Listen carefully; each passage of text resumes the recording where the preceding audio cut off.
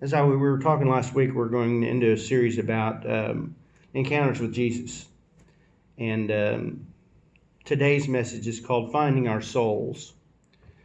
I was reading a story a couple weeks ago about a protest where people were loudly proclaiming their oppression, even to the point of destroying other people's property. They claimed that they were not being represented or treated fairly. And there were even accounts of events of violence and even death. The story went on to describe how these people had boarded transportation vessels and destroyed the cargo as part of their protest. And the event I was reading about took place in Boston. We refer to it today as the Boston Tea Party. The people in the story weren't black, they were white people, and the Boston Tea Party stands at the genesis of the American Revolution, our country, the United States of America, a place that I'm proud to say that I grew up and I'm a citizen here. I love our country. Amen. I love the idea that it was founded on people who had complaints with their government, but also one of their complaints was they came here seeking religious freedom to be able to have a church like we have today, and that was part of what caused them to want to come to this place and escape the Church of England, which told them everything that they had to do. And when I talk about that story, the first thing that jumps to my mind whenever I would hear somebody talking about it would be the protests that are going on today. And how many of you, initially, that was the first thought you had, right? I mean, you thought about the Black Lives Matter protests and the damage that's being done and all of those things that we know are wrong, that shouldn't be done. But it's really easy to forget that our nation grew up from a bunch of disenfranchised people that were oppressed and underrepresented, and that their protests ultimately led to our country. And so we have to be careful in passing our judgments. A month ago, I delivered this same message online that I delivered today, or that I'm delivering today, and it went viral, is what the kids call it today. And I was contacted by people of every race from all over the country and given invitations to come and speak at churches in Washington, D.C. and also in Atlanta. And I thought, wow, it's pretty weird. I'm not used to that. I don't even like to hear myself speak. I couldn't imagine that somebody wanted to have me come to another city and speak at their church. The message today is about racism and encountering Jesus and finding our souls. Let me begin by saying that on this Independence Day weekend that I do love my country and I admire and respect the people who serve and protect her. And I am against defunding any of those folks that help keep us safe. I think that's foolishness. I'll always support those people because they reflect Christ in their service to protect other people and their willingness to give their lives for those people. Now, my message that week changed several times. I wasn't going to speak on racism that week that I spoke on racism online. But God kind of gave me a nudge that wasn't what I had prepared, already written and almost done, wasn't what He wanted me to speak on. And then it became kind of a twinge, and then it turned into not being able to sleep. And the next thing you know, I just said, okay, God, I get it. You want me to speak about something else today, and that's what I did, and I posted that message online. It's been the same for me this week because I didn't really felt like I know the people. I don't know you all extremely well, but I know you well enough to know that you're loving people. And I don't see racism in this church. I don't see racism in myself. But it doesn't mean that it's not there. And it doesn't mean that it's not here. And that's what we need to work on, is the part that's in here, the part that's unconscious, the part that we don't really know exists. And the Apostle Paul, he had a pain in his side, kind of like the pain that I had, where he said, Lord, take this pain away from me. And Jesus said, my grace is sufficient for you. Basically, he's saying, take the pain and be glad that you have a God that is so mighty that you can boast about His power and not your own. So today I'm going to speak very candidly about racism and try and talk to us all, including myself, about things that I don't completely understand, but I see them. And I know how very real it is to some people that are friends of mine. And I know that for some people it's not real. They don't see it. And they also don't understand. And they may even question whether it exists or not. And if I were to set that bottle there where people could see it and you could see the label on it, and I ask you what it said, you'd tell me Ice Mountain, and I'd say, I don't see that. And I don't see that. And you'd say, well, it's right there. And I'd say, well, I don't see that. Well, there's two choices. I can either get up and walk around to where I can see it, or somebody can turn the bottle around and let me see it. And I can see that there is an issue and that the label on that bottle is, in fact, Ice Mountain. Now, I was taught as a child to treat everyone the way I want to be treated. I appreciate my father's guidance in that. He told me that I should treat people based on how they treated me, not on what they looked like. If they had money, they didn't have money. But if they treated me nice, be nice to them. How you experience people. And he was kind of an Archie Bunker. For those of you in here, you should probably remember who Archie Bunker was. My dad was kind of like an Archie Bunker type guy, except that he really wasn't a racist that I thought of, at least to me he wasn't. And he didn't teach me to judge anybody on anything other than the way they treated other people. Now, I confess to you and to God before me today that I know I've sinned against God, and one of the reasons that I say that is I've been silent for too long. And the white church, which is us, has been silent too long about racism. Because we don't see it. We don't experience it. We don't see it. But it exists. And it exists in the world for people that are friends of mine that I've done ministry with. And they tell me stories about things that they experience. And it's like, well, it's real easy for me to go back to my house and live my life and prepare my message and do my thing and not see that and not experience it and not live that reality. But the truth is that if Jesus saw those things, he wouldn't just go home and not react to it. He wouldn't not speak about it. He would bring it out. He would talk to the people about it. He would teach about it. Now, I've apologized to many of my friends just for the fact that I've been too silent and too hopeful and too patient for too long, and for years have not spoken about racism. Well, like Paul, we all get twinges of things that convict us. Things that God calls us out on, and we know that they're deserved and real, and that he extends a grace to us that's like a gentle reminder, not a kick in the pants, that says, you have something I want you to address in your life. And we all have those things. They're not comfortable to deal with. And when we do deal with them, let's face it, racism is one of those things that it's uncomfortable to talk about. It's uncomfortable to think I may have things about me that aren't really very holy. But we all have them. Every person, black, white, yellow, or red, has unholiness as part of their character. And it's important that we want to let that thing go, those things in part of our lives go. Now, I don't judge anyone. And this message is not about judgment for anyone, not for you, not even for me. I have no predisposition about anybody or their holiness.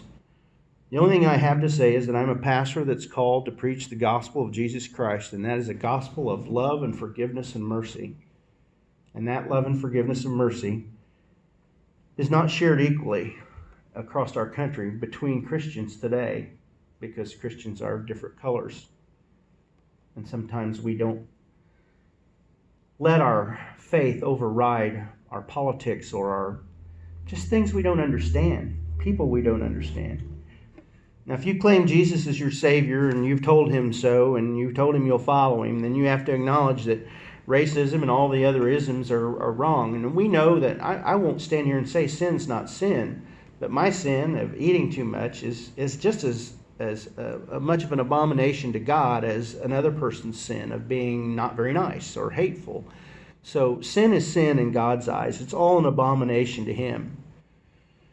And I'm asking that if you would be willing to think about and to know, or at least willing to try to know, that the world that each of us live in is different, and especially different if the pigment of your skin is a different color than the pigment of my skin, which is, for this time of year, still pretty pasty white.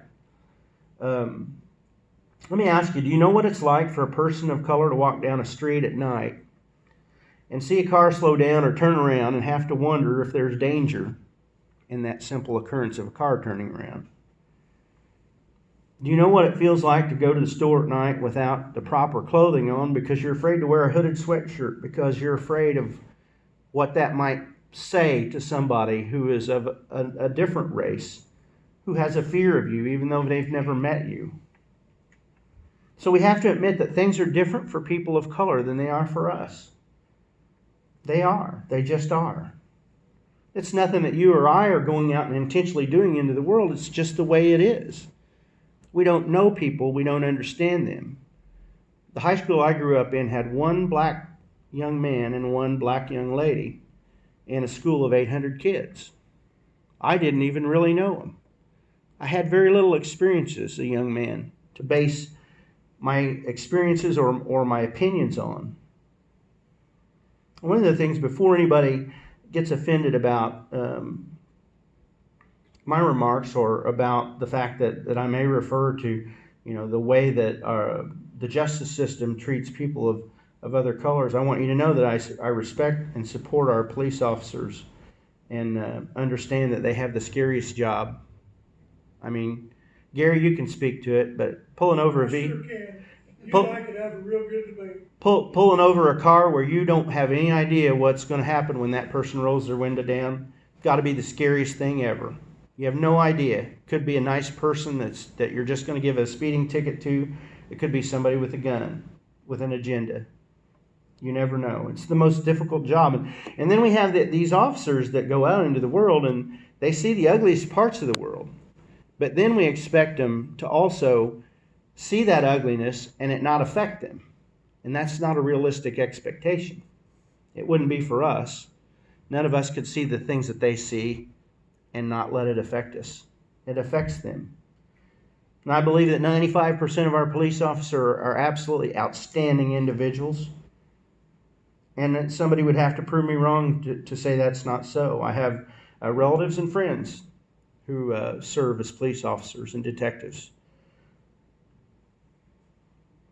But I did go to school as a pre-law undergrad, and I can tell you that the statistics support this, that our justice system in some ways is bent a little bit, and it may even be almost broken in some ways, but it's not the fault of our officers. It's what's in us. If you want to look to the world for what the problems of the world are, start with holiness. Don't start with the government. Don't blame your government. Don't blame your police officers. Draw a circle around yourself and fix the person that's there in that circle. You fix that person, you've made a good start towards changing the world. And that's what I want to do. And if you're white, you have a hard time. This concept of white privilege, it's really hard to wrap your mind around because I don't feel privileged. I felt like I had the same chances that everybody else had when I grew up. But the truth is that it does exist. I get a free pass because I'm white a lot of times. Doesn't excuse people tearing things up or burning buildings or hurting other people. It's no excuse for that kind of behavior. But the truth is that I have had a winning ticket. I've had a winning ticket by virtue of the color of my skin. And you have too. Now, there was a professor at an Ivy League school, and he was trying to teach his students who were at his class on social justice. He was trying to teach them about social justice and the fact that white privilege exists. And they were like, we've got Asian kids and we've got East Indian kids and Indian kids here. We've got kids of black and brown skin tones. All these kids are in this class in an Ivy League school. How can you say that the system is jaded? And he said, well, I want you to understand that it is. And all year long, they didn't understand. And so on the last day of class in the final exam, he handed out a blank piece of paper with just the name at the top. Put your name down. The students thought, well, this is the easiest final ever. No instructions. Well, the instructions were, he took the trash can from under his desk and he put it out in the center by the aisle of row number 1. And he said, one at a time, I'm going to ask you to wad your paper up with your name on it. and I want you to, one at a time, throw your paper into the trash can. Those who do will get an A. This is pass-fail. You either get an A or an F. You get it in the trash can, you get an A on your final, and probably an A in the class. You don't get it in the trash can, you get an F. Well, almost everybody in the first row got it in the trash can. They all thought this was pretty cool. They could get an A in class. But they made fun of the two that didn't get it into the trash can. In the second row, over half of the people did, and a few didn't. In the third row, it was just a little under half. By the time it got to the fourth row, people were getting a little agitated because they realized it was going to be pretty hard from the fourth row to get that paper wad into the trash can. The fifth row, one person did, and in the sixth row, no one did. Not even one person. So they were complaining as the professor was picking up the F grades off of the paper or off of the ground and taking them back to his desk. And he admitted to him, he said, well, this has been a lesson in social justice because I wanted you to understand that the station to which you're born into in life has a lot to do with where your opportunities are. You can throw it from the sixth row and get it in, but your chances are a little harder than the one that's in the front row. Then he told them that they were going to write a 3-paragraph essay, and everybody was happy again because they got the chance to actually have their own work performed and be the basis of what their grade was going to be. Such is the case for us today. We get judged basically on what we sow is what we reap. We have great opportunities, but we don't see and we don't understand what other people are going through sometimes. And the truth is, we judge people. We judge people that we don't know, and we know that we're not supposed to. Anyone who's different from us, sometimes we judge them. And it's normal for us to have opinions on other people, one way or the other. But it's never acceptable to judge them in a way where we don't see them as a uniquely designed child of God, one that He has loved enough to create a special design for. In Genesis 1:26 through 27, God said, "Let us create man in our own image and after our likeness, and let them have dominion over the fish of the sea and the fowl of the air and over the cattle and over all the earth." This is not a physical image, but the image of the good love and characteristics of God. And in Deuteronomy 10, verse 17, "For the Lord your God is God of gods and Lord of lords, the great and the mighty and the awesome God, who is not partial and takes no bribe." Though God doesn't overlook our sin, He has no partiality when it comes to judgment of His people that He created. And make no mistake, God created every human being on this earth. In Acts 10:34, "So Peter opened his mouth and said, 'Truly, I understand that God shows no partiality.'" That was when he was dealing with the Roman soldier and the fact that Gentiles were also going to be allowed to hear and receive the gospel truth of Jesus Christ. And in Ephesians 6:9, Paul writes about those who have indentured servants, and he says, "Masters, do the same to them, and stop your threatening, knowing that He who is both their master and yours is in heaven, and that there is no partiality with Him." Jesus Himself commands us in red letters to love our neighbors as we love ourselves. He tells the Pharisees about a Samaritan who was the only one who would stop and help the man who had been beaten and robbed. In Matthew 25, Jesus tells us to care for the least among us, not to judge them. Today we look on people that we don't understand and we judge them. I do it. Maybe you don't. I do. I try to catch it and let go of that, but I do. I judge people, particularly people that look a lot different than me. Young people that I don't understand. And I try to let go of that. In Matthew 7, Jesus speaks the words that give me a chill when He talks about those that won't receive the kingdom of heaven, even though they've called upon His name. We have to understand as followers of Christ that the gospel of love is for everyone. It's for people we don't like. It says love our enemies. Pray for those who persecute you. Almost everything you're ever going to need to know about Jesus is found in Matthews 5, 6, and 7. That paints a picture of someone who doesn't hate, who loves, and expects us all to love. In Colossians 3:25, Paul writes, "The person who does wrong will be paid back for his wrong that he has done. God does not play favorites." And James, the brother of Jesus, writes in James 2, verses 8 through 9, "Indeed, if you keep the royal law prescribed in the Scripture, love your neighbors as yourself, you are doing well. But if you show favoritism, you commit sin and are convicted by the law as transgressors." Remember in Galatians at Antioch, when the Apostle Paul called out his actually kind of superior. He called out Peter, who was God's leading disciple. He called him out and he said, you eat with the Gentiles, and then when the Hebrews show up, you leave and you go sit with the Hebrews and you won't sit with the Gentiles anymore.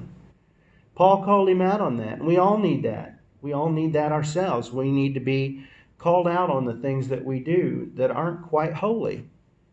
And Peter, to his credit, recognized this and accepted it. He accepted the admonishment of Paul, which truly was the admonishment of God.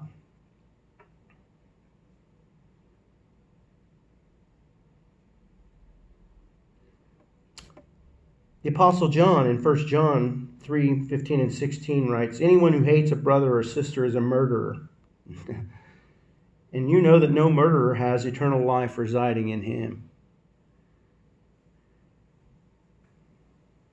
In 1 John 2:11, "But anyone who hates a brother or sister is in darkness and walks around in the darkness. They do not know where they are going because the darkness has blinded them."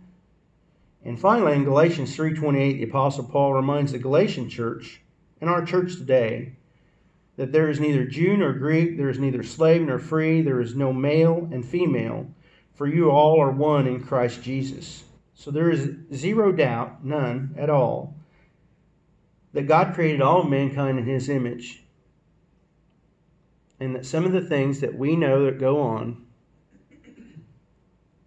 conversations that we sit through where people say things we don't agree with and we're silent and we don't say a word, we don't stand up for them or Jesus, we know that our God created them, and that we know we're not being holy when we don't stand up for any child. And all sin is a sin against God. In all of Scripture, we find that when people sin, even a sin, if I sin against Jimmy, I'm actually sinning against God. Because all sin is abomination to God. You believe in your heart in certain things about yourself, that you're a good person. That's true. And God knows our hearts. He knows the areas of our hearts that need work. He knows the things in us that He would like us to see us change. Have you ever stood silent while you heard a conversation you knew you should have said something about? I have. I definitely have. Dr. Martin Luther King once said that in a speech, he said, "In the end, we will remember not the hatred of our enemies, but the silence of our friends." Some 53 years ago, Dr. King said, "History will have to record that the greatest tragedy of this period of social transition was not the strident clamor of bad people, but the appalling silence of good people."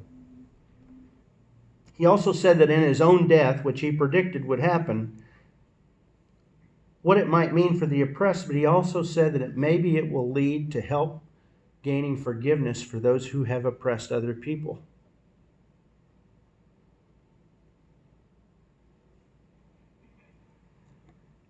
Sin is an abomination to God, and sin against our brothers, whether they're white or black, red or yellow, is an abomination to God, and it's something that we need to work on in our lives. And my sin is silence. Because I have friends that have had incidents in their life with grocery store clerks, with police officers, with other people, where they know that racism has been in their face. And I know about it. And I don't go around talking about it, because it doesn't affect my life. but it affects my brother's life and my sister's life. It affects the church. The truth is that black people shouldn't have to be out protesting to get the rights that it says in our Constitution they already have. And the white church, us, should be out there saying, they're right. Things aren't right. We need to fix some things. Not by tearing things down or defunding things, but by fixing things with loving hearts. We hold these truths to be self-evident, that all men are created equal. They are endowed by their Creator with certain unalienable rights, that among them are life, liberty, and the pursuit of happiness. That's from the Declaration of Independence, the document I love. I know that there are people that would hear this message and they think that this is not me, and that they would find some fault in it, or they would pick at some part of it. They would say, well, you're attacking police officers. Believe me, I am not. I hate to think what our country would be like if we didn't have the protections of our law enforcement and our military. We'd be a lawless society. We kind of are. In some places right now we are a lawless society, and some local governments are letting it happen. Our lives should be lived by the teachings of Jesus, and our willingness to be subservient to Him, to accept the things that we have been guilty of in our own lives, and to change things. Admitting that we haven't been perfect is not a sin. That's a good thing. Admitting that we've not been perfect means that we're admitting that we're willing to let God change us, change our hearts. And Dr. King was a church pastor long before he was a symbol of peaceful protest and human rights movement in the 60s. And he once reminded people about the story of the Good Samaritan, told to us by Jesus Christ. And in that parable, as he says, the ones who should have helped did not, and the ones who did help was a Samaritan, a man disowned by the Hebrew people because of his impurity when they were overrun by the Assyrians and the fact that they intermarried with the Assyrians. So this unpure, non-Hebrew person stops to help. And in the framing of Dr. King, and what he says is the first question which the priest and the Levite asked was, if I stop to help this man, what will happen to me? The Good Samaritan reversed the question and said, if I do not stop to help this man, what will happen to him? And that's the call in our lives of Jesus Christ. In the recent deaths of Ahmaud Arbery and George Floyd, we see that there is such a thing as racism. People taking the law into their own hands. There's no excuse for that.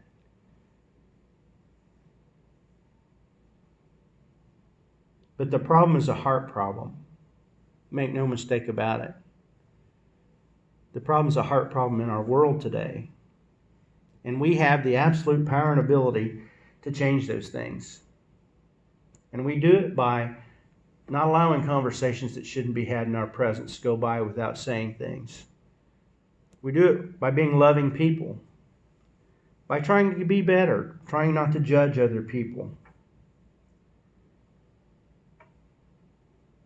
One thing that I know is that I will never know what it's like to go into a convenience store at night, worried about my clothing choice of a hooded sweatshirt. It's more than a crucial wardrobe error and could be something that could get me at least looked down upon, if not hurt. I'll never know what it's like to have to prepare my children of how they act when they're confronted with racism face to face for the first time. Doesn't that break your heart to think of a parent having to prepare their child to be hurt in a context that our children won't have to be prepared for?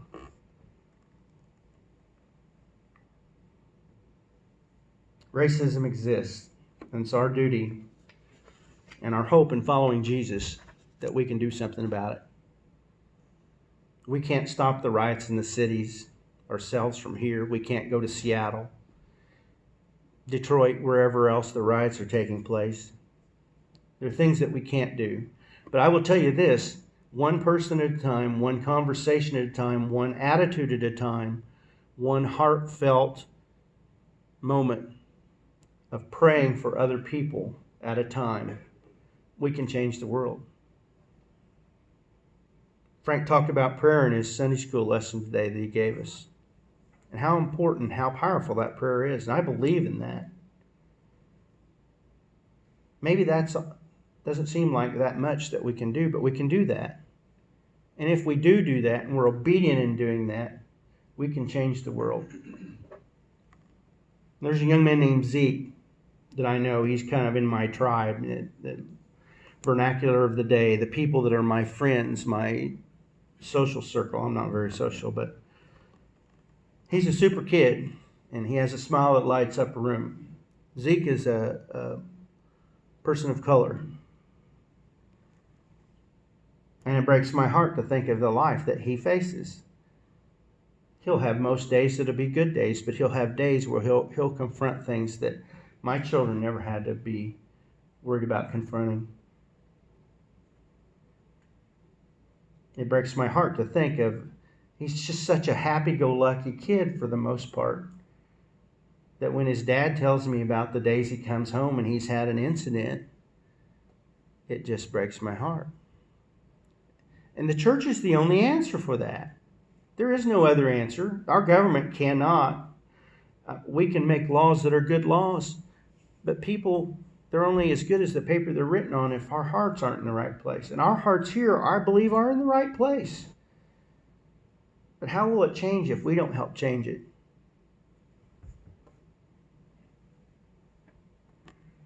Don't be content with a religion that allows racism to exist in the world. Don't be content with a heart that's not one that seeks Jesus. Dr. King once said, any religion that professes to be concerned about the souls of men and is not concerned about the slums that damn them, the economic conditions that strangle them, and the social conditions that cripple them is a spiritually moribund religion awaiting burial.